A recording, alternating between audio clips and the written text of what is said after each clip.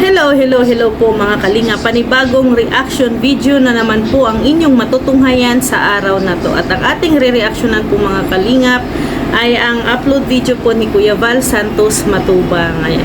Ilang araw na din itong na-upload niya po mga kalingap. At gusto ko pong reaksyonan at syempre gusto din nating maano natin nung masabi yung ating opinion tungkol dito.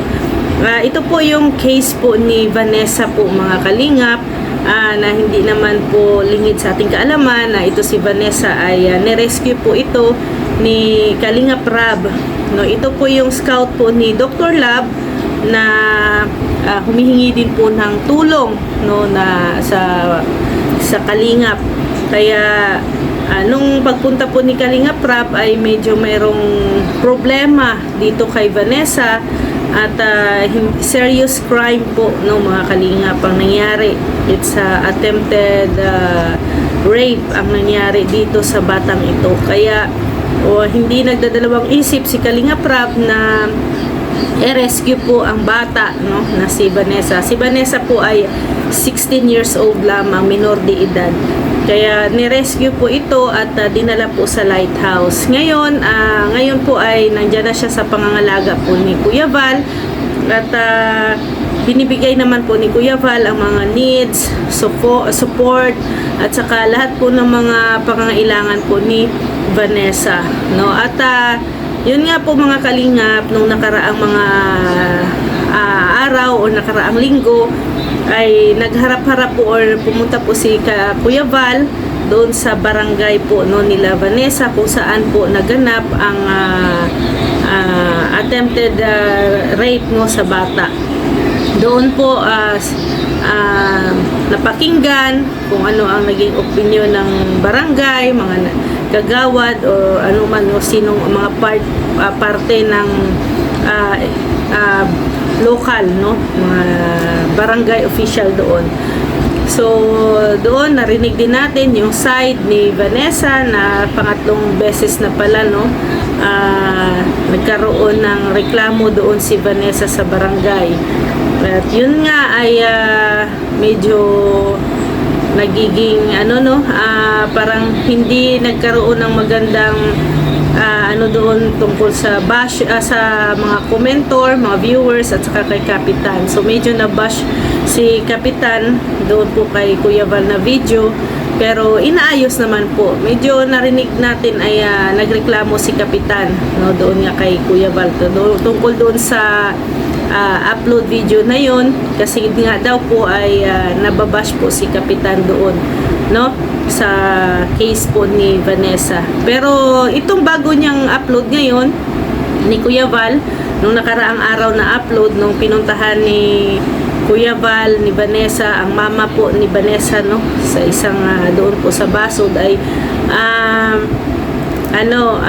okay na daw po no nagkaayos na sila ni Kapitan no nagkapaliwanagan at wag nating i-bash si Kapitan kasi syempre unang-una hindi po natin alam ang punot dulo, hindi din natin alam kung ano ang nagiging aksyon na ginawa din nila Kapitan no.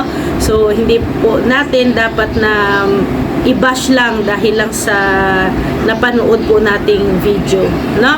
So, ayan nga mga kalingap no, atin ang umpisahan ang kaganapan sa video na to. No, ito si Vanessa mga kalingap no, pumunta o dinalaw po ang kanyang nanay kasama po si Kuya Val at ang iba pong mga kasamahan po ni Kuya Val no, ng mga kalingap partners. No, dinalaw nila, dinalhan po nila ng grocery, bigas at kung ano pa ang mga needs no, ng pamilya. Kasi nandoon po kasi yung mga iba pang mga kapatid ni Vanessa sa kanyang nanay. Si Vanessa po kasi mga kalingap ay broken family sila no. Nahiwalay ang kanyang magulang. Ang papa niya hindi niya na po alam kung ano nang nangyari or nasa bagong pamilya na din po no ang kanyang ama. Si mama naman po ni Vanessa ay mayroon na din pong sariling pamilya. So, si Vanessa, doon po siya naninirahan sa isang barangay na ang bahay po ay pagmamayari po ng kanyang ama at ina. So, doon po siya no, nagstay kasama dati ang kanyang mga kapatid noon nung hindi pa nagkakaroon ng problema. Pero ano naman po, no, palipat-lipat naman po sa Vanessa pag minsan pumupunta din po siya sa kanyang mama. So si Vanessa po mga kalingap, no, at daayon po doon sa interview ni Kuya Val sa kanilang pag-uusap, si Vanessa kahit na ganun naman po ang nangyari, no, sa kanyang mga magulang, no, mahal pa rin po niya ang mga magulang niya. Mahal niya po ang kanyang tatay, no, sa kabila ng lahat na itinatanggi siya, no, ng kanyang ama. Alam nyo, pinakamasakit na parte or feelings na mararamdaman po ng isang anak ay yung itanggi ka ng sarili mong magulang. Yan ang pinakamalaking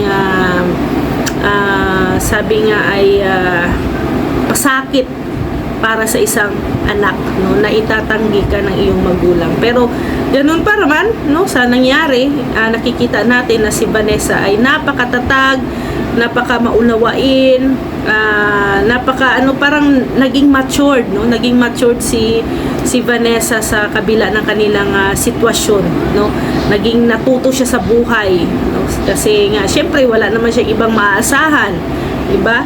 Wala namang ama na magtatanggol sa kanya, wala namang ina na minsan ay makikinig sa kanya na sa oras ng kanyang may problema siya. So mahal na mahal din po ni Vanessa ang kanyang nanay, no, kahit na meron na itong bagong pamilya, kahit na baliktarin pa kasi ang mundo, nanay isa nanay, no. Dugot laman mo yan. Itatanggi ka man ng ama, pero ang ina mo hindi ka kayang itanggi niyan, no? So kaya kahit na ganun ang nangyayari, kahit na mayroong bagong pamilya na ang nanay ni Vanessa, mahal na mahal din po ni Vanessa ang kanyang nanay. So wala po siyang sama ng loob sa kanyang mga magulang. Yan ang magandang asal mo, magandang ni Vanessa, ugali. Hindi siya mapagtanim, no, ng galit. Kasi kung ibang anak yun, siguro ay naging pariwara na, siguro halos isusumpa ng kanyang mga magulang, no, sa galit. So pero si Vanessa po ay hindi mo po makitaan, no, ng galit, no, or kung ano man ang kanyang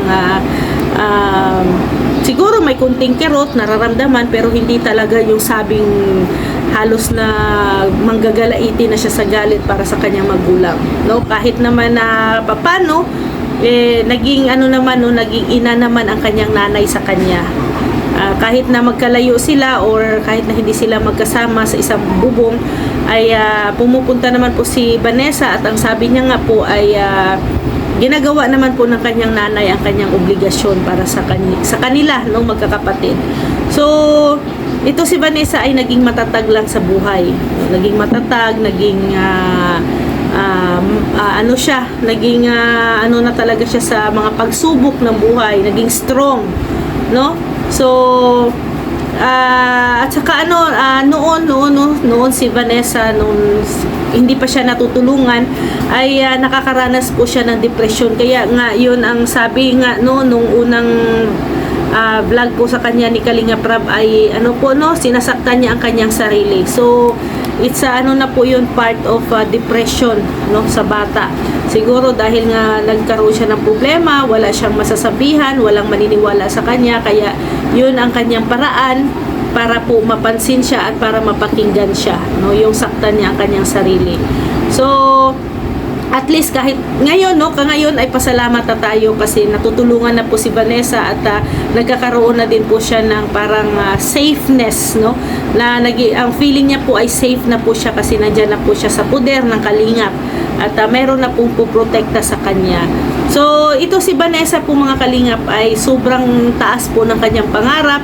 Ang pangarap po ng lahat ay ang makapagtapos ng kanyang pag-aaral. So mas maganda yan, magtapos ka Vanessa sa iyong pag-aaral kasi soon, no, pag makatapos ka ng iyong pag-aaral, ikaw na din po, no, ikaw na rin ang syempre tutulong sa mga kapatid mo at syempre, no, kung magkakaroon ka ng sarili mong pamilya soon, at least kaya mong i-handle kasi syempre mayroon kang tinapos, no, mayroon kang magandang trabaho, no, na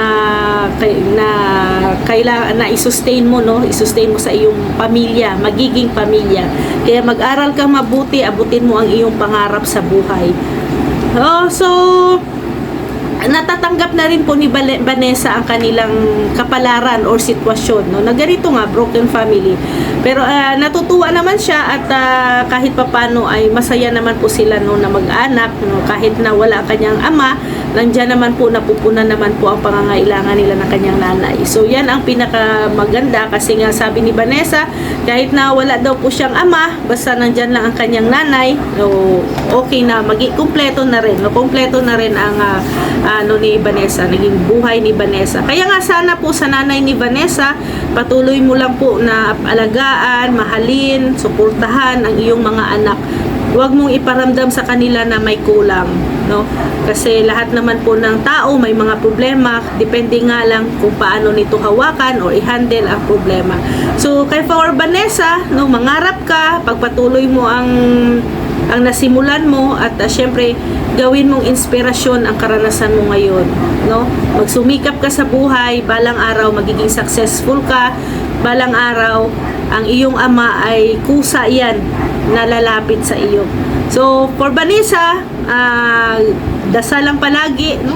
Magdasal ka, magpray ka lang palagi, at tiyak na gagabayan ka ni Lord sa lahat ng mga pagsubok, at syempre sa buang mo ngayon, no, mga pangangailangan mo sa ngayon. So maraming salamat kay Kuya Val, at saka kay Kalingap Rab, sa Team Kalingap na nandyan palagi na sumusuporta, at syempre to the rescue sa mga taong nangangailangan. Please, sa mga hindi pa po nakapanood sa full video na to, puntahan nyo lang po ang channel ni Kuya Val Santos Matubang. Nandoon po lahat ang full video tungkol po kay Vanessa, at syempre doon din po kay Kalingap Rab and kay Dr. Lab. So maraming salamat po mga Kalingap. Please pakisuportahan po ang channel ni Kuya Val Santos Matubang, Ate Edna Vlogs, Kalingap Rab, Roel of Malalag, and Rachel Morales Vlogs, at syempre ang inyong abang lingkod, Rhea Olarte, kasama po ang ating deputy si Mick Agnes Vlog, kasama sila Kalingap Awi, Kalingap Angeli, Kalingap Bibi Girl, Kalingap Dudo, Bila Ayo, Rachel TV, John Lindon Official, and Rex Vlogs. Maraming salamat po mga Kalingap. See you tomorrow. God bless everyone. Bye-bye po.